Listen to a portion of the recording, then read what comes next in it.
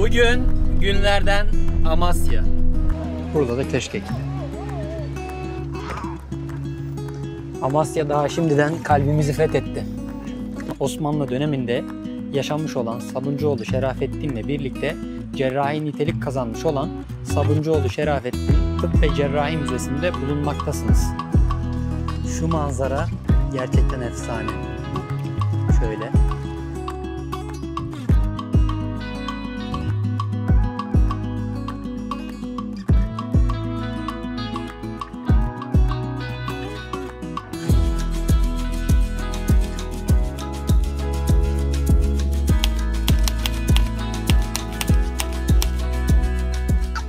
Bu arada havası efsane güzel arkadaşlar. Yani mükemmel.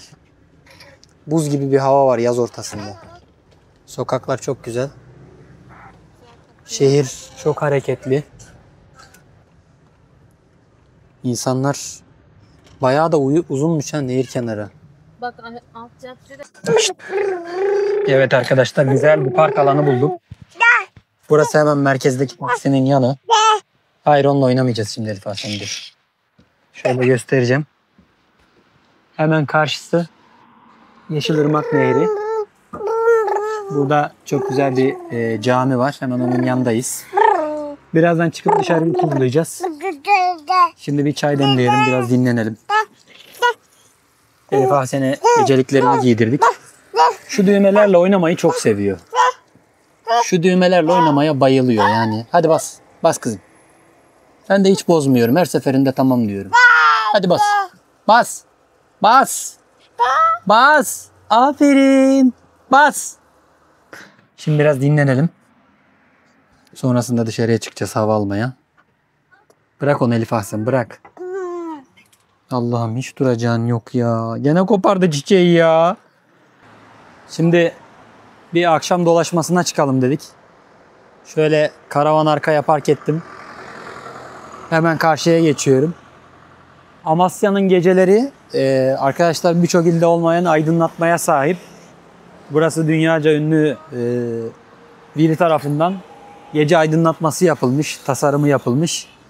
Amasya'yı mutlaka gece görün diyorlar. Biz de şöyle gelmişken bir gece turu yapalım dedik. Bakalım geceleri nasıl. İçeride arabayı parçalıyor Elif Hasan. Şimdi keyifler yerinde. Kızım. Uslu bir bebek olmuşsun.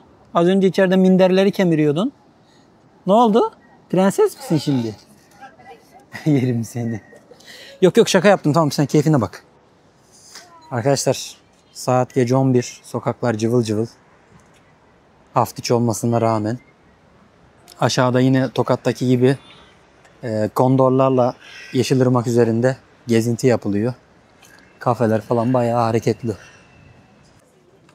Gece dönercileri, gece kokoreççileri çok fazla.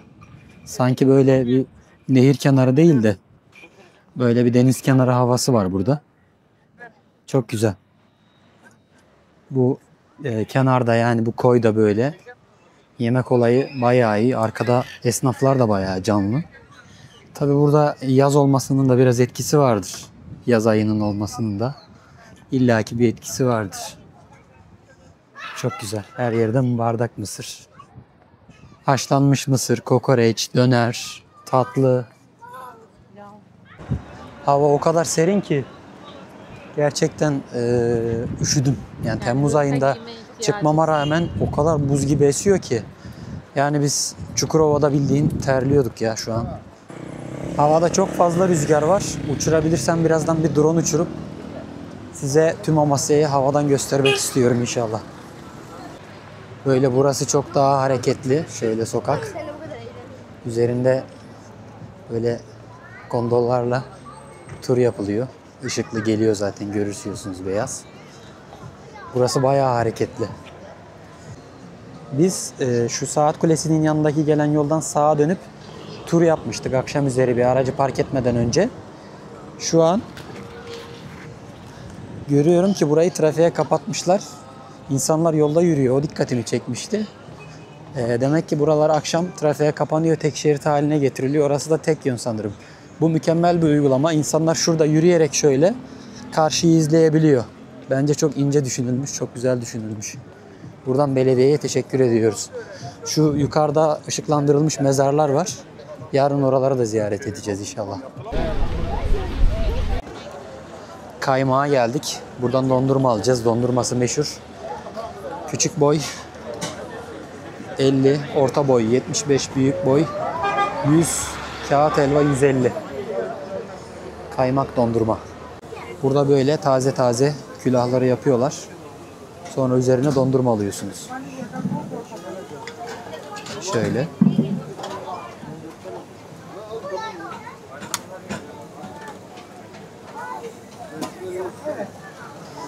Dönerken pişiyor. Pişenler alınıyor. Yerine yenisi bırakılıyor. Kolay gelsin. Sıramıza girdik, bekliyoruz. Bal badem alayım. Ondan biraz daha fazla olabilir. Hangisi? Bal badem mi? Aha. Bir parça daha bırakacağım. Karamel. Olabilir. Olur. Çikolata fıstık da alalım. İlk defa elmalı dondurma yiyorum. Tadı bildiğiniz elma arkadaşlar. Harbiden nasıl tutturmuşlar bilmiyorum. Ellerine sağlık. Gelirseniz yol üstü uğrayabilirsiniz. Zaten hemen böyle mezarların karşısında. Böyle burada canlı müzik dinleyebilirsiniz arkadaşlar.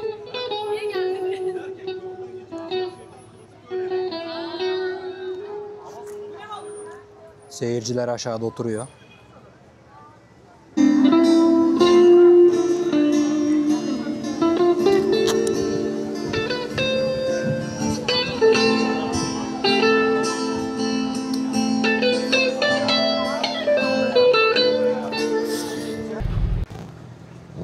Şimdi dondurmalarımızı yedik. Size çok güzel bir Amasya havası, havadan bir Amasya'yı göstermek için hemen bir drone uçuruyorum. Ve buyurun görüntü sizlerle.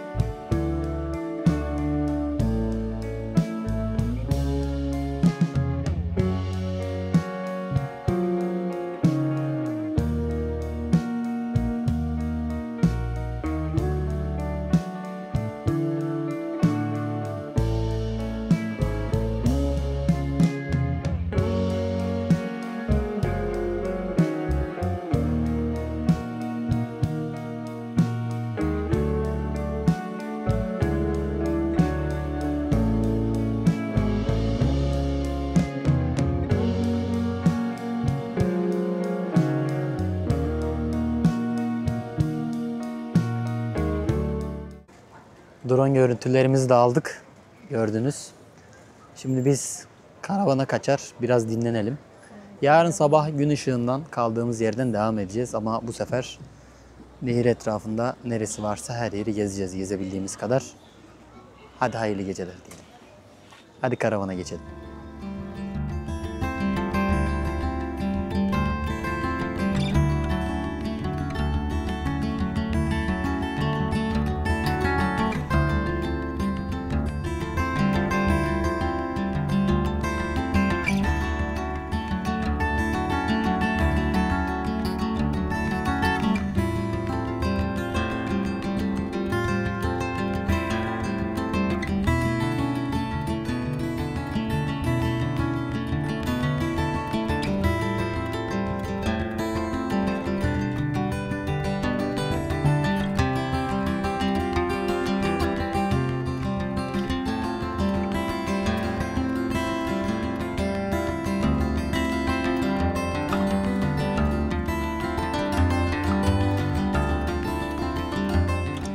Evet, şimdi sabah kalktık.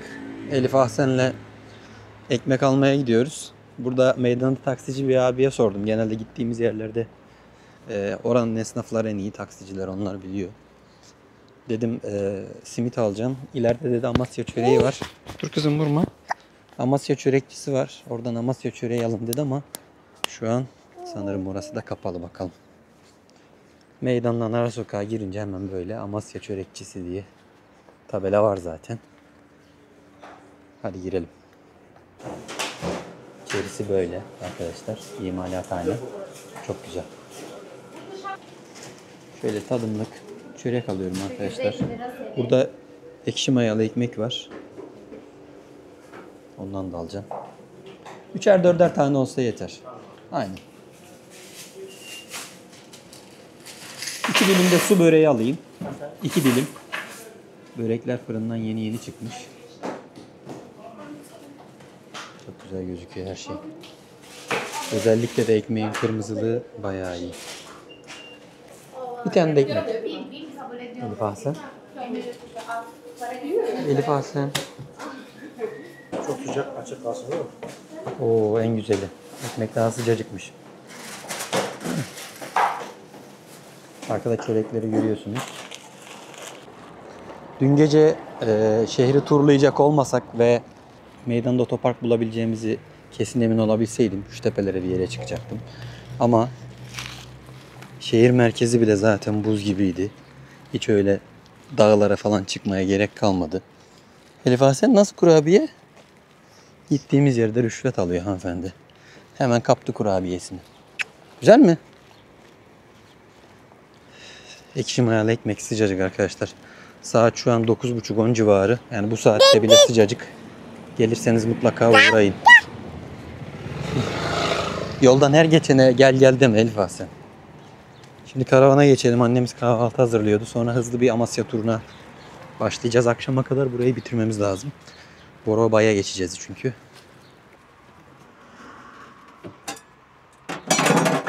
Karavana geldik. Kahvaltı hazırlıklarına başlıyoruz şimdi hızlı bir şekilde.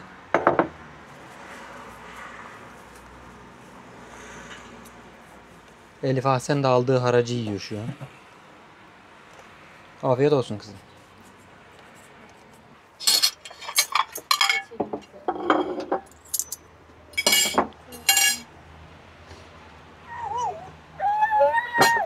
Sıcak sıcak ekşi mayalı ekmek aldım. Umarım böyle ekşidir ekmek. Bayağıdır öyle ekşi mayalı ekmek yemiyoruz. Bir dakika.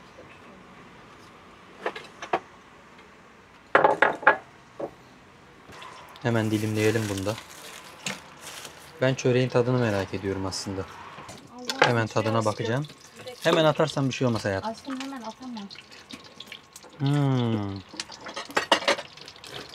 Ekmek çok güzel.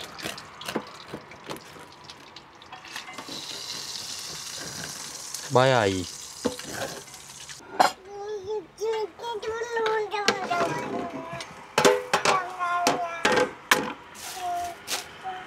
Evet kızım.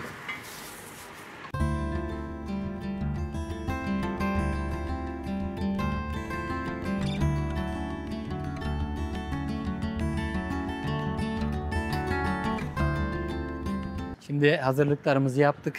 Gördüğünüz gibi karavandan çıktık. Bizim için Amasya gezisi başlıyor. Hava çok güzel. Gündüz olmasına ve hava sıcak olmasına rağmen hava serin. Yani gölgesine geçtiğiniz zaman, mesela şu an geçtim gölgeye. O kadar serin ki hava. Biz buna bayılıyoruz ailecek. Mükemmel. Sıcaklardan nefret ediyorum. Buranın iklimi tam bize göre. Hemen karavanın karşısı Yeşilırmak Nehri. Böyle kafeler var.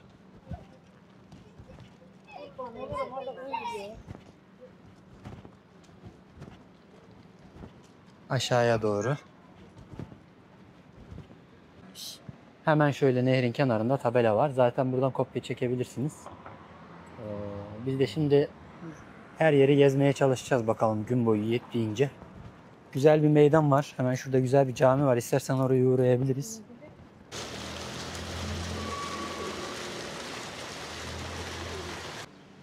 Elif Ahsen kuşlar izliyor.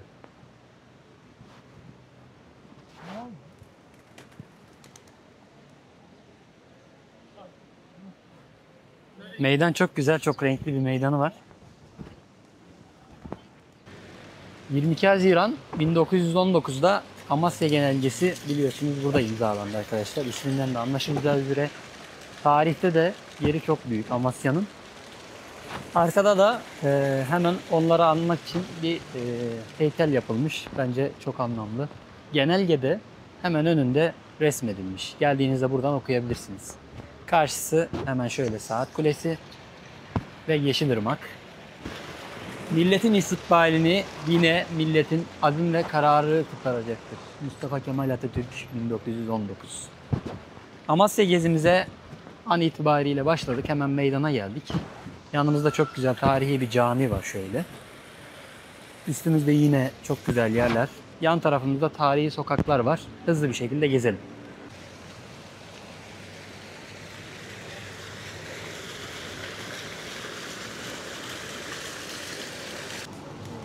Elif Hasan kuşlara gel diyor. Abla gitme, abla gitme. Gitme, Şuraya kaçarlar. Yeşil. Çok güzel. Şehrin her yeri güvercin. Gel. Seni yerim bir bahseydim. Şimdi hemen Bakırcılar Çarşısı'na Burmalı Minare'ye doğru ilerliyoruz. Şöyle meydandan yukarıya. Burmalı Minare'ye geldik şimdi. Burası da önceden etiketlediğimiz yerler arasındaydı. Minarenin dış duvarı dönerek yukarıya kadar çıkıyor. Çok güzel bir görüntüsü var. Cami içerisi çok güzel. Kare yapıda yapılmış. 1242 yılında yapılan bir cami. İçerisi o kadar sade ve güzel ki.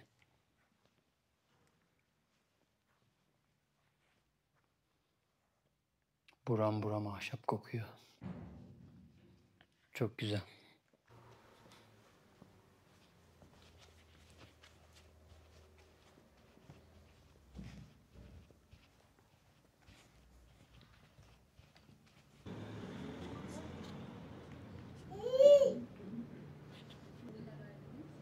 Gel. Tekrar ana caddeye iniyoruz. Ara sokaklar var böyle çok güzel.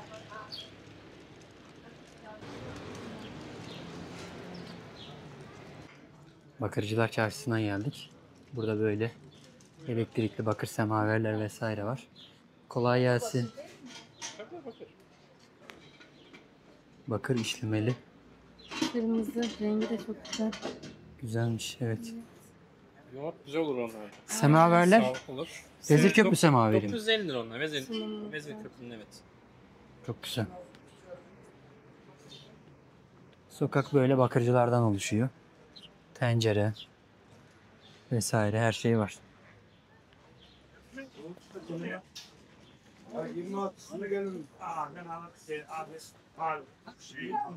Çok güzel. Bu da edemiyor. Ona sıfır içerisinde. Şöyle Bakırcılar Çarşısı'nda gezerken bıçak gördük. Sanırım sadece tırtıklı tarafı çalışıyor değil mi? Şu tarafında bir şey yok. Fındık ve ot bıçağıymış. İlk defa görüyorum. Şöyle çeşitleri var. Uzun saplı vesaire. Güzel. Kolay gelsin. Hayırlı işler. Buyur abi. Burada da yufka saçları var. En büyüğünden en küçüğüne. Çok güzel. Banyo sobaları.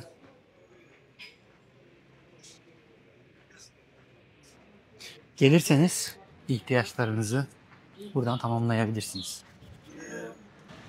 Arkadaşlar şok içerisindeyim. İlkinde paylaşmayayım dedim ama 5-6 olunca artık paylaşma gereği duydum. Yaya şeridinde sizi gördükleri an tüm araçlar yavaşlayıp yol veriyor. Işık falan hiçbir şey yok. Bu Tokat ve Amasya beni gerçekten çok şaşırttı. Herkese teşekkür ederim. Bedesten Çarşısı'na girdik. Burada aklınıza gelebilecek her şey var. Kıyafetten, iç çamaşırına, yünden, pamuğa, her şey. Ara sokaklar o kadar güzel ki geldiğinizde geniş geniş vaktiniz varsa buraları dolaşabilirsiniz. Şöyle şapkamızı aldık. 75 lira. Bedesten Çarşısı'nda fiyatlar gayet uygun arkadaşlar. Hemen böyle Yeşilırmak Nehri kenarında Saraçhane Camii var. Gelirseniz burayı da gezin mutlaka. Çok güzel gözüküyor. O şekilde hanımlara ayrı kapı. şöyle buyuruyor. Kişi melaki kiram kadına rağmen ailesi korumak için efendim. Birbirinize yüz yapmayın. Ailesi ayakta tutun. Bakın. Böyle ana yol kenarında çok güzel bir şadırvanı var. Buradan abdest alabilirsiniz. Hemen yolun kenarı. Çok güzel. Amasya'nın coğrafi işaretli Amasya çöreği ve yağlısı var arkadaşlar. Böyle. Bu yağlı. Bayağı büyük. Çörekleri yine burada. Sabah almıştık zaten. Meydandan da gelip alabilirsiniz. Şimdi magnet alacağız. Hoş bulduk. Kolay gelsin. Amasya elmasını dışa koymuşlar. Elmadan yapmışlar. Çok güzel. Bence onu alabilirsin. Bence de. Şöyle elma kolonyası alıyoruz. Çok güzel kokuyor ya. Böyle meydanda.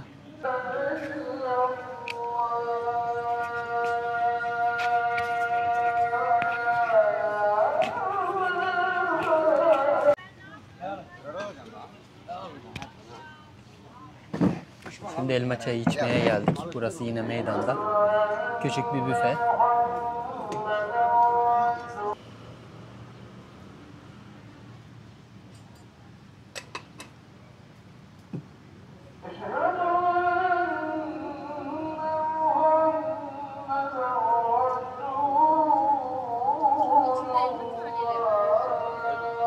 Çok güzel.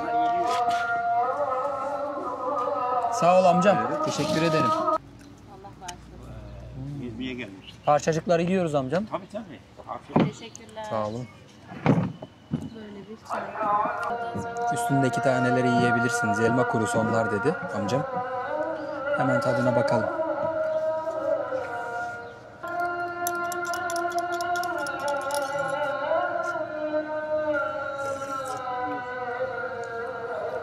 Çok güzel. İçi şöyle parçacıklı.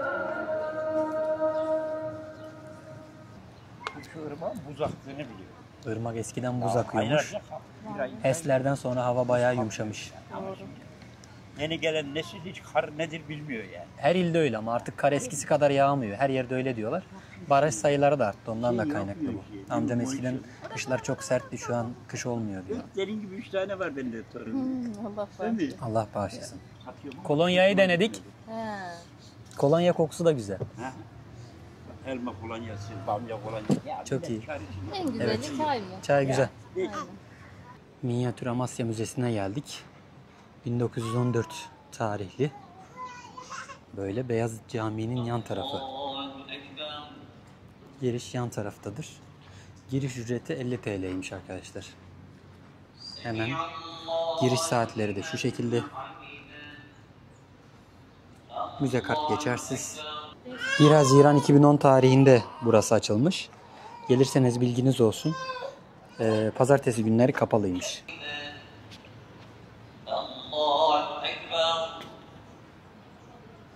Yine Beyazıt Camii'nin hemen yanında minyatür Amasya Minyatür Müzesi'nde arasında böyle hat sanatlarının sergilendiği bir müze var. Geldiğinizde burayı da gezebilirsiniz. Burası Türkiye'nin en büyük Hilve-i Şerifesi'ymiş. Hilve-i Şerife, Hazreti Muhammed'in İslam edebiyatında tavır, görünüş vesaire gibi tasvirlerini, onu anlatan şeylerin yazıya dökülmüş haliymiş arkadaşlar. Ve Türkiye'nin en büyüğü aklımızda bulunsun. Amasya'da Minyatür Kent'le Beyazıt Camii arasında hemen aynı bahçede bulunuyor. Zaten girişte şöyle yazıyor. Türkiye'nin en büyük Hilve-i Şerifi diye. Gelirseniz buraya da mutlaka uğrayın. Sadece Arapça ya da Osmanlıca değil, altlarında Türkçe mealleri de yazıyor.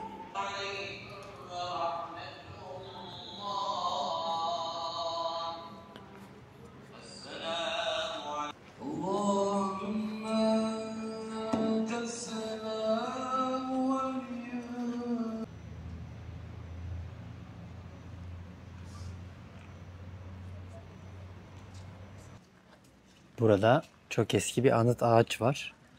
O kadar yaşlanmış, içi boşalmış ki birbirinden ayrılmasın diye kollarını halatla birbirine bağlamışlar. Türü Doğu Çınarı. Yaşı yaklaşık 572. 2021 yılında koruma altına alınmış. Ağacın içerisi gördüğünüz gibi boş. Hemen Beyazıt Camii'nin bahçesinde. Burada çok güzel bir şadırvan var. Böyle gördüğünüz gibi. Cami çok eski ve heybetli bir cami.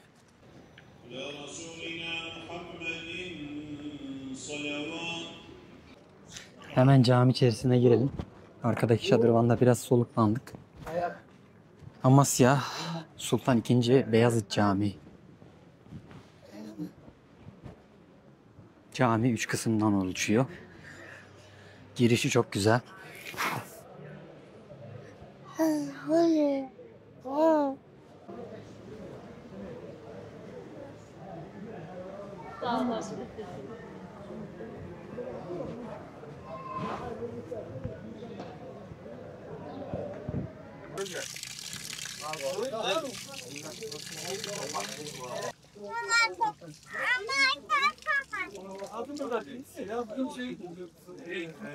Önceden camilerde takunyalar olurdu.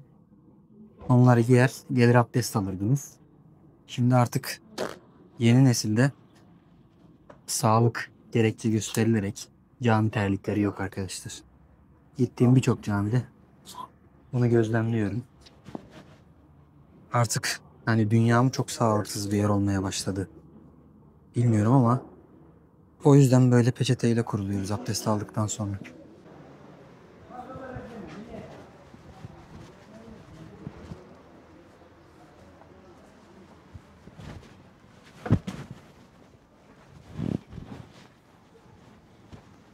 Çok güzel.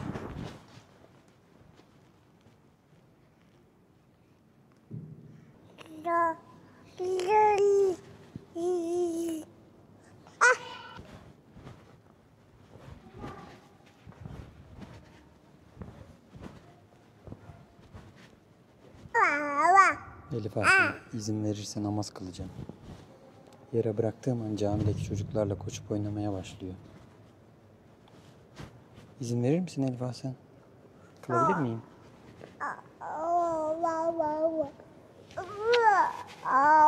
Umurumda bile değil.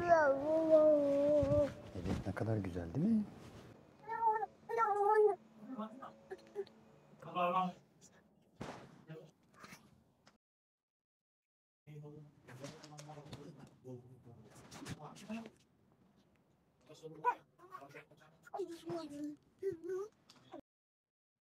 Eskiler yani ceddimiz çok ince düşünmüş. Böyle burada da deprem sütunlarını görüyorsunuz. Eski Osmanlı mimarisinde bunlar dönüyorsa ki şu an dönüyor. Bina hala rayında ve çökmemiş demektir. İkisi de oynuyor. Mimari. Sultan II. Beyazıt Camii 1485 yılında yapılmış. Çok güzel, çok estetik bir tarihe sahip. II. Beyazıt Camii'ne girerken bir şey dikkatimi çekti. Şu an avlu kapısından geçiyoruz. Şöyle. Önceden girilen alana tevazu göstermek için böyle kapıları alçaltırlarmış ki ibadethanelere eğilerek girin. Bunları biz nerede gördük? Birçok medresede kapılar alçaktı arkadaşlar. Öğrenciler hocasının huzuruna ya da daha büyük birinin huzuruna girerken eğilerek girsinler diye bu şekilde tasarlanıyor. Bilinçli gezmek böyle bir şey. Bunları birçok yerde görüyoruz. Bir örneği daha. Sıradaki durağımız olan Amasya Arkeoloji Müzesi'ne geçiyoruz. Burası hemen ana yol kenarında. Ulaşımı gayet kolay. Bu arada girişte müze kart geçerli. Gelmeden önce Türkiye'nin müzeleri uygulamasını indirin. Burada eski dönemlere ait çömlekten yapılmış lahitleri görüyorsunuz. Bunun örneğini Erzurum'da vesairede görmüştük. Şöyle içerisine tasvir edilmiş. Çok güzel. Çeşit çeşit lahitler bunlar. Kazılarda ele geçirilip buralarda sergileniyor. Eski dönemlere ait yine testiler. Birçok müzeyle aynı yapı özellikleri. Eski dönemlerde kullanılan altın eserler. Şöyle altın kolyeler. Anladığım kadarıyla altın işçiliği tarihin her döneminde var. Yani bu altını bu kadar ince açmak sanat. Görüyorsunuz burada değişik bir tasarım yapmışlar. Yine yüzükler, üzerlerine taş işlemeciliği. Yani günümüzden çok da geri kalmış değil. Şurada altın paralar var. Gördüğünüz gibi. Çok etkileyici. Müze genel olarak çok güzel arkadaşlar. Zaten dediğim gibi ulaşım çok kolay. Geldiğinizde hemen ulaşabileceğiniz bir konumda. Böyle yine heykeller yapılmış.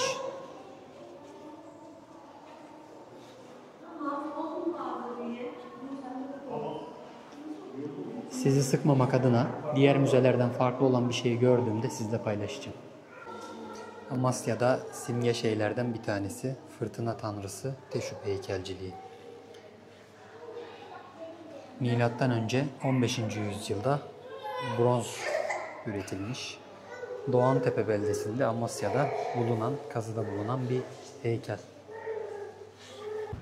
Müze 2 kattan oluşuyor. 2. kata çıktık. Burada da eski dönemlerde kullanılan şöyle kılıçlar, silahlar, miğferler, şöyle barutlukları vesaire görüyorsunuz. Yine müze içerisinde Gök Medrese'nin kapısını görüyorsunuz.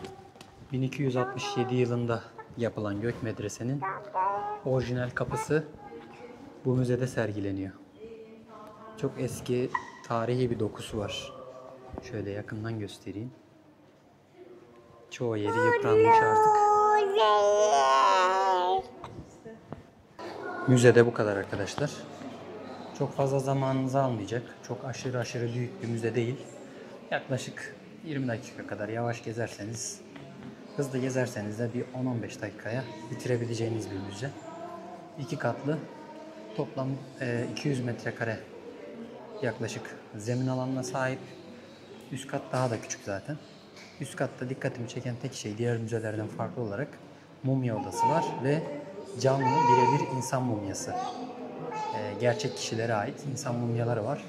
Gelirseniz dediğim gibi ulaşım kolay, uğrayabilirsiniz. Müzenin hemen yan tarafında böyle mezarlar var. Eski dönemlere ait lahitler, mezar taşları. Hemen ana yol kenarında zaten.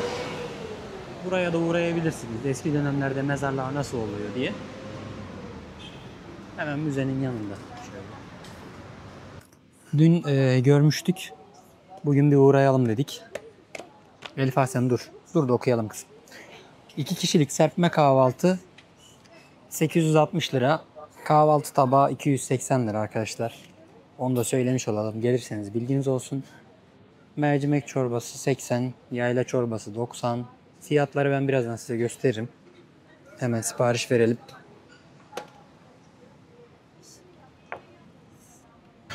Odun ateşinde dönerin yanına girdik. Tokat'taydık. Sonrasında Amasya'ya geldik.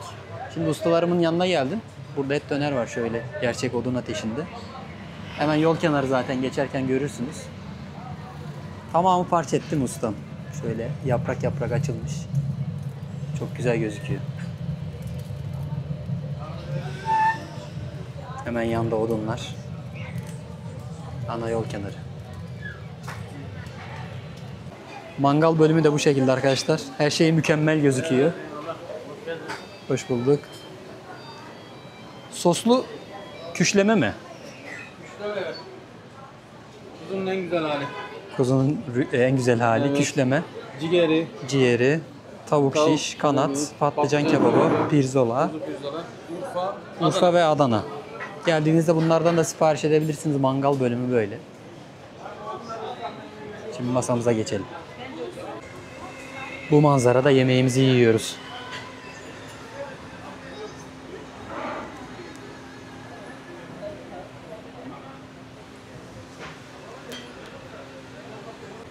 Şöyle yemeklerimiz geldi. Toğga sanırım o. Çorba çorbası. Çocuk alır mı alır? Alır. Evet, şurada. Şöyle geride kalsın. Evet. Bakla dolması, keşkek. Çok güzel gözüküyor. Evet. Yemeklerin hepsi gelsin. Biraz bunu detaylı göstereceğim size. Önce çorbayı göster. Toyga'yı zaten biliyoruz. Hani bizim yörede de Toğga deniyor. toğga denir. Bizim orada da Aynı. Şöyle yoğurtlu, içi dövme sanırım, aynen. Yoğurtlu, nohutlu dövmeli çorba. Yarma ile yapılıyor. Burada da yarmadır. Bakla dolması şöyle servis ediliyor. Biz tadımlık istedik. Geldiğinizde siz de böyle isteyebilirsiniz. Güzel. Tamam sana mama vereceğim. Sen içersin. Burada da keşkek.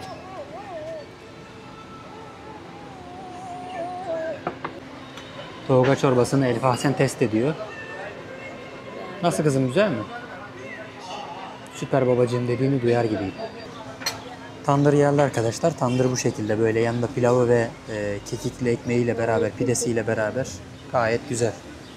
Çok güzel gözüküyor. Hemen başlıyoruz. Bu arada Keşkeğin tadına baktın mı? bakacağım. Size bakla dolmasının içerisini de göstereyim. İçerisi bu şekilde. Yaprağı açtım. Böyle. Herhalde pirinç de var, bakla da var. Pirinçten ziyade dövme var ya.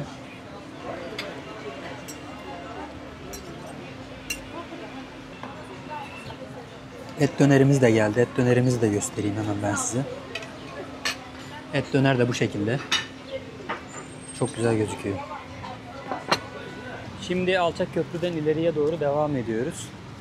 Burası böyle yine Yeşilırmak üzerinde. Aşağıda tekne turları devam ediyor son sürat.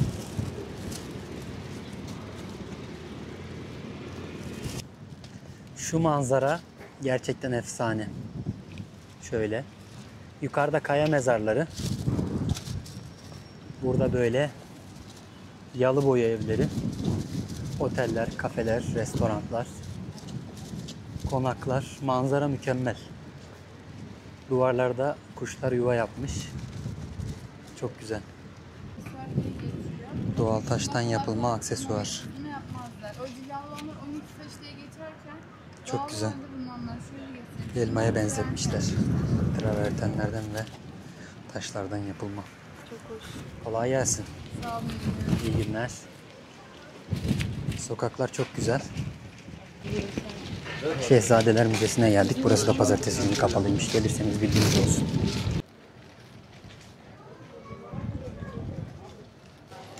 Kaya mezarlarının çıkışı hemen şu karşımız. Kahverengili olan kısım. Şu karşıdan çıkıyorsunuz. Şuradan. Böyle yukarıya kadar. Ama biz şu an çok yorgunuz. O yüzden hiç kendimizi yormuyoruz. Teknolojinin nimetlerinden faydalanıyoruz. Burada böyle çok güzel bir çarşı var. Hediyelik çarşısı. Hemen burası. Çıkış 100 TL'ymiş zaten arkadaşlar. Kral Kaya Mezarları girişi 100 TL'ymiş. Müze kart geçersiz. Giriş 100 TL. Elma çayı efendim. Kiraz çayı. Kiraz çayı. Elması meşhur sanırım. Elma var mı? Elma çayımız da var.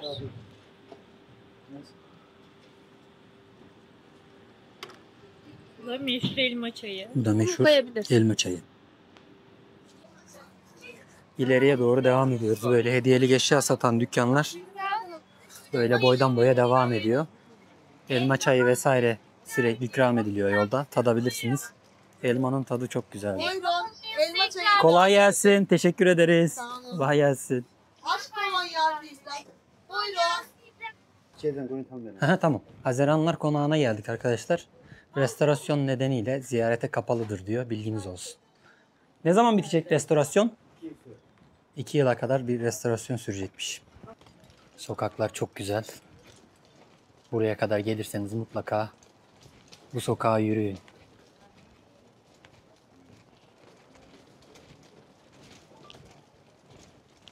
Hemen yan tarafımız Hatuniye Camii. Yine eski bir cami.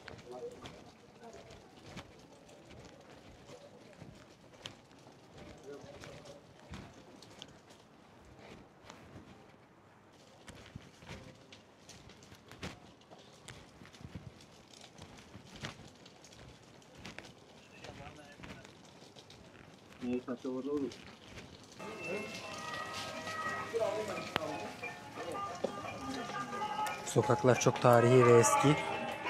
Çok güzel. Gördüğünüz gibi burada manzaralar efsane. Yukarıda Kral Kaya mezarları. İnsanlar yürüyüp çıkmış. Manzara mükemmel.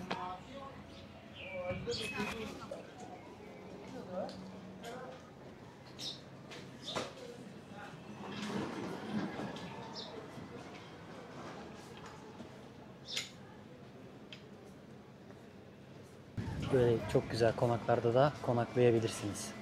Şimdi tekrardan Saat Kulesi'ne geldik arkadaşlar. Aynı sokaktan yürüyerek Yalıboyu sokağında. Hemen karşımızda Amasya Valiliği. Amasya Saat Kulesi. Tekrardan meydana geliyorsunuz yürüyerek. Şimdi sıradaki durağımıza devam edelim. Saat Kulesi'nin arkasında hemen polis evi var. Burada da konaklayabilirsiniz arkadaşlar. Teknoturu fiyatlarını sordum, aşağıda kondol fiyatlarını. Buradan binip aşağıya kadar gidip geliyorsunuz. Kişi başı 130 lira dediler arkadaşlar, bilginiz olsun. Hani gelirseniz aklınızda bulunsun. Şimdi Bimarhane'ye geldik. Sabuncuoğlu Şerafettin Tıp ve Cerrahi Tarihi Müzesi. Şu an 700 yıllık mirası ile Avrupa ve Anadolu'nun ilk akıl hastanesi olan eski adıyla Bimarhane, yan adıyla Osmanlı döneminde yaşanmış olan Sabuncuoğlu Şerafettin'le birlikte cerrahi nitelik kazanmış olan Sabuncuoğlu Şerafettin Tıp ve Cerrahi Müzesi'nde bulunmaktasınız. İlhanlı Sultanı Mehmet Olcay Han bu yapıyı 1308-1309 yılı arasında eşi Yıldız Hatun adına kölesi Amber bin Abdullah'a yaptırmıştır. Zihinsel hastalığı olan hastalar burada ilk kez su sesi ve müzikle tedavi edilmiştir. Tarihte bilinen 3 önemli cerrahtan biri olan Sabuncuoğlu Şerafettin, Fatih Sultan Mehmet döneminde buraya 14 yıl başhekim olarak görev yapmıştır. Sabuncuoğlu Şerafettin, doğum tarihi 1385, ölüm tarihi 1470. Burada 1900'lü yılların başında Bimarhane'yi, yani Amasya Tımarhanesi'ni görüyorsunuz. Burada akıl ve ruh sağlığı hastaları tedavi ediliyormuş arkadaşlar. Hemen karşıda müzik salonu ve Sabuncuoğlu Şerafettin'in kliniği var. Şöyle önce bir kliniğine girelim. Burası Sabuncuoğlu Şerafettin'in kliniği. Sabuncuoğlu Şerafettin. İçeri girer girmez ses başlıyor. Şifasında 14 yıl hekimlik ettim. Şu anda hastama darma tedavisi uyguluyor. Şimdi müzikle tedavi salonuna giriyoruz.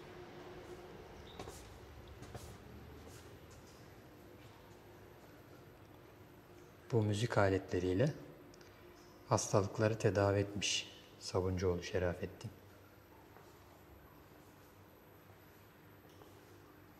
Ve bu su sesiyle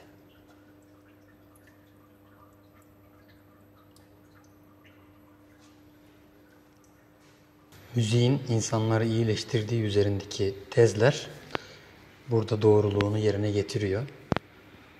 Birçok insan üzerinde müzik ve müzik aletleri etki göstererek onların şifa bulmasına sebep olmuş. Bunu keşfeden kişi de Sabuncuoğlu Şerafettin.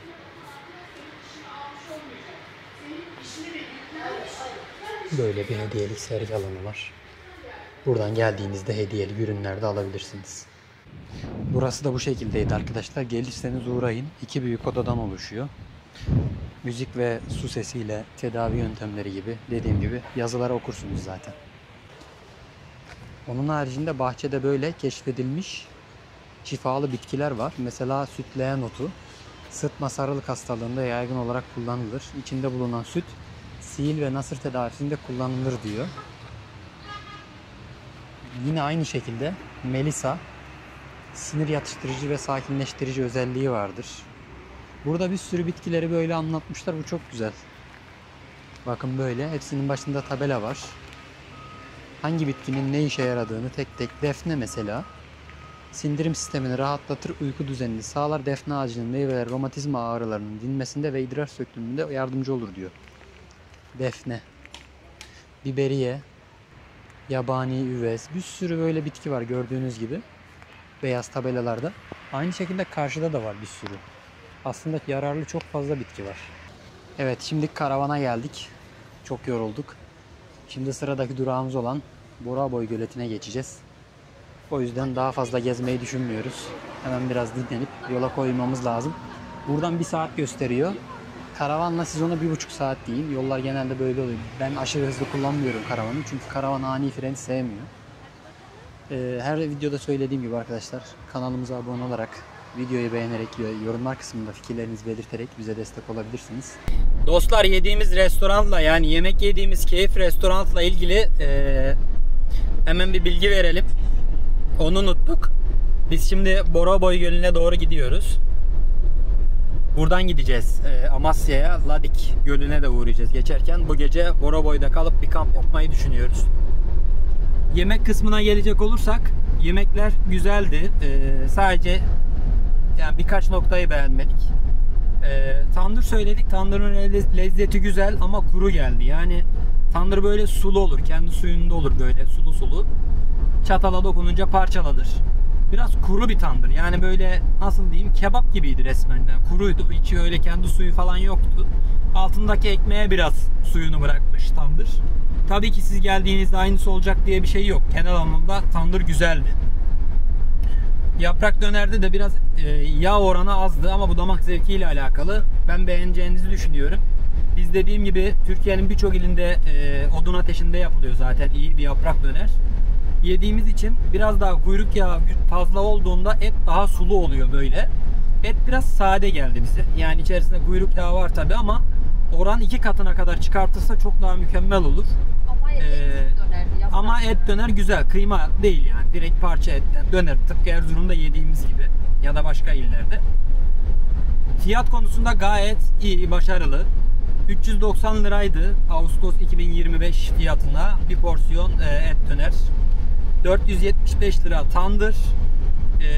Yarım porsiyon keşkek ve toğga çorbası ve bakla dolmasına, bunların tamamına yarım bakla dolması, yarım toğga, yarım keşkek, 2 tane de Sarıyer kola, teneke kola. Toplam tabi et dönerle şey de var bunun içerisinde. Tandır da var. Bunların tamamına 1300 lira hesap ödedik. Fiyat performansı mı? Evet, tıka basa yedik. Yalan söylemeyeceğim. Güzeldi. Sadece dediğim gibi sunumda 1-2 dikkat edilmesi gereken nokta var. Haricinde ben sıkıntı yaşamadım. Yine olsa yine giderim. Sadece bir daha dediğim gibi tandır alırken lütfen tandırı kendi suyuna batırıp öyle servis edin derim. Çünkü kuru geldi et. Bu kadar. Tercih edebilirsiniz. Yani merkezde yiyeceğiniz güzel restoranlardan birisi. Özellikle döneri gayet başarılıydı ama döneri servis değil de bence dürüm yemek daha mantıklı. Sıcak sıcak kendi sıcaklığını koruyor. Bir tık soğuk geldi bize masaya. O da hani biraz vantilatörler falan çalışıyor ortamda. Bir de üstü açık geliyor. Onun etkisi olduğunu düşünüyorum. Yemek sonuna doğru bayağı bir kurudu döner. Bunlara dikkat edersiniz. Onun harici gayet güzeldi. Biz keyif aldık. Yine olsa yine geliriz. Böyle. Yoldan giderken böyle göle doğru hayvan sürüleri böyle yola çıkıyor. Bir tanem ben durdum. Çoban oyalıyorum. Sen bir tane çekiver içeri. Yakalanırsak kızımız sevsin diye aldık deriz. Çok güzel ya. Yeni yavrulamışlar daha. Dur diyor amca, bir tanesi geçecek. Dur bir tane. Hani? Son bir tane kalmış, bu da gidiyor.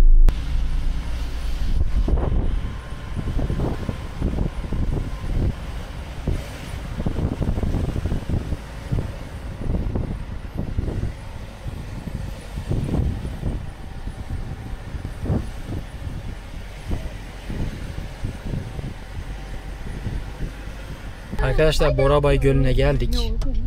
En azından geldiğimizi söylüyor harita. Mahalle içerisinden ilerliyorsunuz şöyle. Teyzeler oturmuş sohbet ediyor burada. Amcalar tarladan ot getirmiş. Şöyle bir dut diyelim.